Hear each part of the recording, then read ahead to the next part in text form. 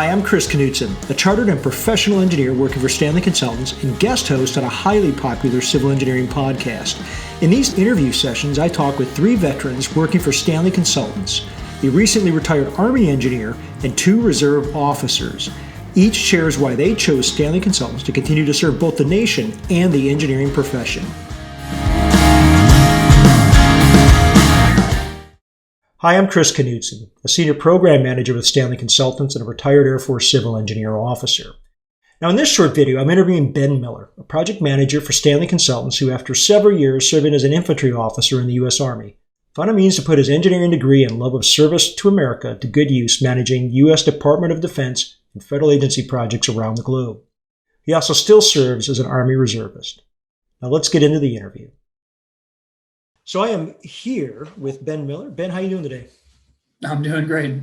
Awesome. Well, let's unpack a couple of questions because I'm kind of curious to hear your story of your transition from active service in the U.S. Army into Stanley Consultants, and then we're going to probably have a couple of questions here to sort of unpack, what you're doing with Stanley Consultants today as an engineer, and then also your ability to be able to continue to serve the nation in your role as a reservist. So just, kind of first up, there's a lot of architectural engineering firms, Ben, that are out there, and lots of them are good. Lots of them are doing wonderful things for the Department of Defense, for the federal, for federal clients.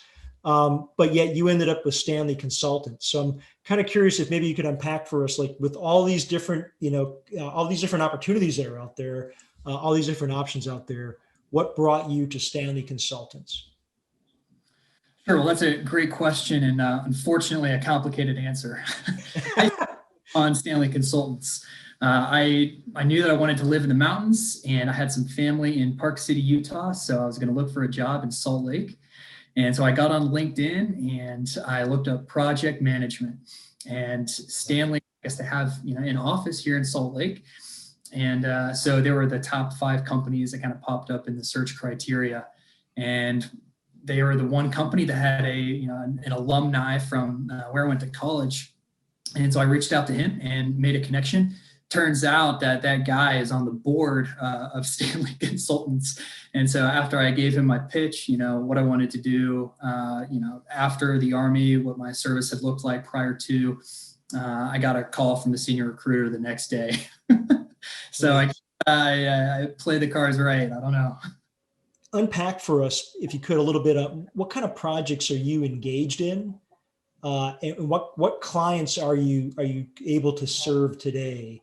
Because as we were talking, I know that you're involved dealing with both Department of Defense and federal clients. So tell us a little bit about what that looks like and how those experiences have been able to help you out on the type of projects that you're delivering today. Sure, absolutely. So I'm currently working on projects with Fish and Wildlife Service, with naval facilities, Corps of Engineers, working on one project with the Air Force. But granted, I don't have a background, in any of these except for potentially the Army Corps of Engineers. But there's such a different lingo associated with, working with engineers than it is just in the Army infantry.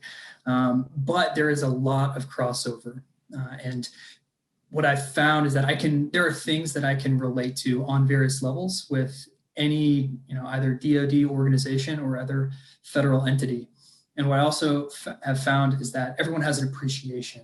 If you share a little bit about yourself, granted, this is probably just leadership 101, but if you open yourself up a little bit to the people that you work with, folks are more inclined to find common things with you, so that you can get that work done, even if you don't have the greatest understanding of what that work entails. Yeah, sure. That's great. That's wonderful to hear that.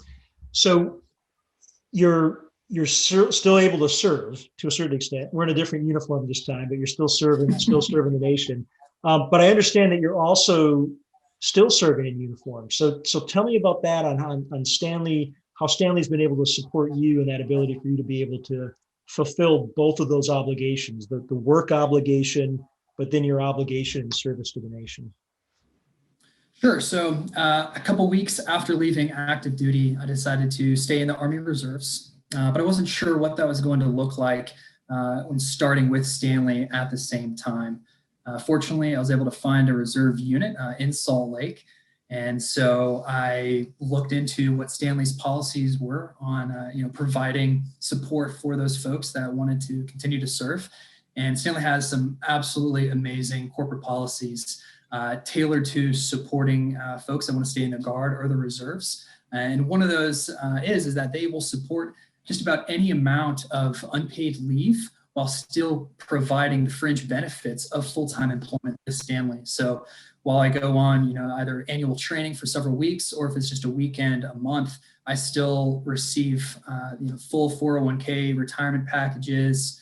I accrue, paid time off, and then any healthcare plans that I'm a part of, I get to keep as if I'm not taking a day off. So it's really incredible the lengths that Stanley will go to support my interest in serving.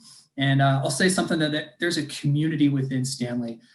My direct superior is also in the reserves on the Air Force side. So there's folks that can relate to what I'm doing and what I'm going through with the training in the reserve. So it's a comfortable environment to do both.